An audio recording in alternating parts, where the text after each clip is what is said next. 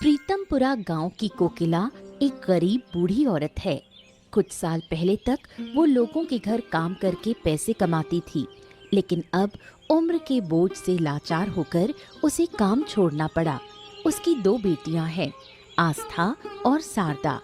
आस्था सिलाई का काम करती है और शारदा छोटे बच्चों को ट्यूशन पढ़ाकर घर चलाती है। शारदा, तुझे बताया था, मेरी दवा खत्म हो गई है। शाम को लौटते वक्त लेती आना बेटा। माँ, महीने के आखिर में एक पैसा भी नहीं बचा है। हर कुछ दिन में दवा, बाजार का खर्चा, मैं थक चुकी हूँ सब कुछ संभालते संभालते। क्या करूँ बेटा, खुद कुछ कर नहीं सकती, इसलिए तुम लोगों पर ही निर्भर हूँ। मुझे भी अच्छा नहीं लगता हर बार तंग करना। सब कुछ मुझ पर ही क्यों? कभी आस्था से भी कुछ बोल सकती हो, वो भी सिलाई करके अच्छा कमाती है। कुछ दिन पहले उससे ही पैसे लिए थे, इसलिए अब शर्म आती है दोबारा कहने में। उस वक्त तो शर्म आती है, लेकिन मुझसे कुछ कहने में हिचक नहीं होती। सच कहूँ तो अब और नहीं झेला जाता। कब इस बोझ से छुटकारा मिलेगा कौन जाने। मेरी बेटियां कितना संघर्ष करती हैं। जहाँ बाकी लड़कियां शादी करके अपनी जिंदगी सजा रही हैं, वहाँ मेरी वजह से ये बोझ उठा रही हैं। मैं अब कोई पैसा नहीं दे सकती। आस्था आए तो उससे दवा के लिए पैसे मांग लेना। सब कुछ तुम्हारे और घर के पीछे लग जाए तो खुद के लिए क्या बचेगा? ठीक है बेटा, मैं आस्था से कहूंगी, तू अपने काम पर जा, ध्यान रखना। शारदा चली जाती है। बूढ़ी कोकिला खुद को अपनी बेटियों की जिंदगी पर बोझ की तरह महसूस करने लगती है और उसकी आंखों से आंसू बहने लगते हैं। आस्था पास के घर अपने सिले हुए कपड़े देकर पैसे लेकर लौट रही थी। चलो, आखिरकार कुछ पैसे आए। थोड़ा खुद के लिए रखूंगी, बाकी माँ को दे दूंगी। दूर से गांव का गुंडा मुरली उसे देख लेता है। सालों से वो आस्था के पीछे पड़ा है कि उससे शादी करेगा, लेकिन आस्था उससे नफरत करती है। फिर भी मुरली उसका पीछा नहीं छोड़ता। अरे वाह वाह वाह वाह वाह आज तो सुबह सुबह अपने होने वाली बीवी के दर्शन हो गए। चलो जरा मिलते हैं। मुरली जैसे ही आस्था के सामने आता है, आस्था डर से सहम जाती है। तुम यहाँ क्या कर रहे हो? अरे ये गांव सिर्फ तुम्हारा है क्या? तुम घूम सकती हो तो मैं भी तो घूम सकता हूँ। मेरे रास्ते से हटो, क्यों बीच में खड़े हो? अरे अरे अरे, इतनी जल्दी भी क्या है? चलो थोड़ा बातें तो कर लेते हैं। मुझे जाने दो मुरली, नहीं तो मैं लोगों को बुला लूंगी। ओहो, इसमें गुस्सा होने वाली कौन सी बात है? मैं बस बातें तो करना चाहता हूँ, वो भी अपने होने वाली बीवी से। हैं? कितनी बार कहूँ, मैं तुमसे शादी नहीं करना चाहती। मुझे तुमसे नफरत है। पसंद करो या ना करो, शादी तो तुम मुझसे ही करोगी। तुम्हारी डोली मैं ही उठाऊंगा। हाँ। मैं मर जाऊंगी, लेकिन तुमसे शादी नहीं करूंगी। रास्ता छोड़ो मेरा। अरे अरे, इतना क्या शर्माना। हाँ, चाहे तुम जो कहो, मैं ही हूँ तुम्हारे दिलों का राजा, तुम्हारा शहजादा, तुम्हारा बादशाह। तुम मुझे ही मिलोगी बेगम। हाँ। आस्था डर के मारे रोती हुई वहां से भाग जाती है। मुरली पीछे से जोर जोर से हंसता है।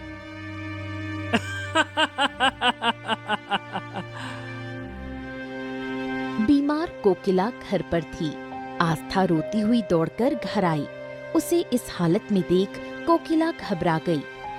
क्या हुआ बेटी, इस हालत में क्यों आई? किसी ने कुछ कहा? उस गुंडे मुरली ने फिर से मुझे तंग किया माँ। अब तो घर से बाहर निकलने में भी डर लगता है। ओफो, इस मुरली ने तो जीना मुश्किल कर दिया है। समझ में नहीं आता क्या चाहता है। वो मुझसे शादी करना चाहता है, कहता है कि मेरी शादी सिर्फ उसी से होगी। माँ, मैं मर जाऊंगी, लेकिन उस मुरली से शादी नहीं करूंगी। जब तक मैं जिंदा हूँ, उसकी गंदी मंशा कभी पूरी नहीं होगी। मैं जल्द ही तेरे और शारदा के लिए अच्छे लड़के ढूंढूंगी। लेकिन माँ, अगर हमारी शादी हो गई तो तुम? मैंने बहुत सोचा है, मेरी वजह से तुम लोग अपनी जिंदगी क्यों बर्बाद करो। यही सही वक्त है तुम्हारी शादी का। लेकिन माँ, मुरली अगर शादी ना होने दे तो? मैं अभी जिंदा हूँ, सब संभाल लूंगी। मैं तुम्हारे लिए राजकुमार जैसा लड़का ढूंढूंगी। अपनी बेटियों को जिम्मेदारी से मुक्त करने और समाज की बुरी नजरों से बचाने के लिए कोकिला उनके लिए अच्छे लड़के ढूंढने लगती है। जयपुर के मशहूर कपड़ा व्यापारी पीतांबर अपने बेटों प्रणव और आनंद के लिए योग्य लड़कियां ढूंढ रहे थे। तभी उन्हें आस्था और शारदा की तस्वीरें मिली। उन्होंने शारदा को प्रणव के लिए और आस्था को आनंद के लिए पसंद किया। प्रणव और आनंद, मैंने तुम दोनों के लिए 2 लड़कियां ढूंढी हैं। देखो, ये रही आस्था और शारदा, 2 बहनें। पीतांबर ने तस्वीरें दिखाईं, लेकिन जैसे ही प्रणव ने आस्था की तस्वीर देखी, उसे वो बहुत पसंद आ गई और उसने आस्था से शादी की इच्छा जताई। आस्था छोटी है, इसलिए मैं उसे आनंद के लिए सोच रहा था। लेकिन अगर तुम्हें आस्था पसंद है तो आनंद से शारदा की बात कर लेंगे। क्या कहते हो आनंद, कोई आपत्ति है? अब नहीं पिताजी, जो आप तय करेंगे मुझे मंजूर है। तो ठीक है, फिर मैं कोकिला और उसकी बेटियों को घर बुला लेता हूँ। आगे की बात वहीं करेंगे, ठीक है? उधर कोकिला आस्था और शारदा को प्रणव और आनंद की तस्वीरें दिखाकर उनकी राय पूछती है। बड़े बेटे का नाम प्रणव है और छोटे का आनंद। दोनों ही अपने पिताजी का कारोबार संभालते हैं। माँ, जो भी तुम तय करोगी मुझे मंजूर है। आनंद ठीक ठाक दिखता है, आस्था के साथ अच्छा लगेगा, और अगर माँ को प्रणव पसंद है तो मुझे कोई दिक्कत नहीं। आस्था की शादी आनंद से नहीं प्रणव से होगी। लेकिन क्यों? मैं बड़ी हूँ तो प्रणव से मेरी शादी होनी चाहिए। पीतांबर जी ने भी ऐसा ही सोचा था, लेकिन जैसे ही प्रणव ने तस्वीर देखी, उसे आस्था पसंद आ गई और उन्होंने तुझे आनंद के लिए चुना है। ये क्या बात हुई? मैं बड़ी हूँ, मेरी शादी बड़े बेटे से होनी चाहिए। माँ, क्यों ना तुम प्रणव से दीदी की शादी की बात करो, मुझे आनंद से कोई परेशानी नहीं। प्रणव ने आस्था को पसंद कर लिया है, जबरदस्ती कुछ करेंगे तो रिश्ता टूट जाएगा। बचपन से आस्था ही सब कुछ ले जाती है, अब मेरी पसंद का लड़का भी उसे पसंद कर बैठा। वो मेरी बहन नहीं, मेरी बदकिस्मती है। इस तरह आस्था और प्रणव और शारदा और आनंद की शादी पक्की हो जाती है। लेकिन मन ही मन शारदा ठान लेती है कि आस्था को वो चैन से जीने नहीं देगी। मुरली को जब पता चला कि आस्था की शादी प्रणव से तय हुई है तो वो बहुत गुस्से में आ गया। वो सीधा कोकिला के घर पहुंचा और तोड़फोड़ करने लगा। क्या? ये क्या कर रहे हो? रुको, मैं कह रही हूँ रुको। मैं सालों से कह रहा हूँ कि मैं आस्था से शादी करना चाहता हूँ और तुमने बिना मुझसे पूछे किसी और से उसकी शादी कैसे तय कर दी हैं? आस्था तुमसे डरती है, वो तुमसे शादी नहीं करना चाहती। उसने ये बात तुम्हें कई बार कही है। उसे क्या पसंद है क्या नहीं, इससे मुझे कोई फर्क नहीं पड़ता। मैं उसी से शादी करूंगा और अगर वो मुझसे शादी नहीं करती है तो मैं किसी और से उसकी शादी होने भी नहीं दूंगा।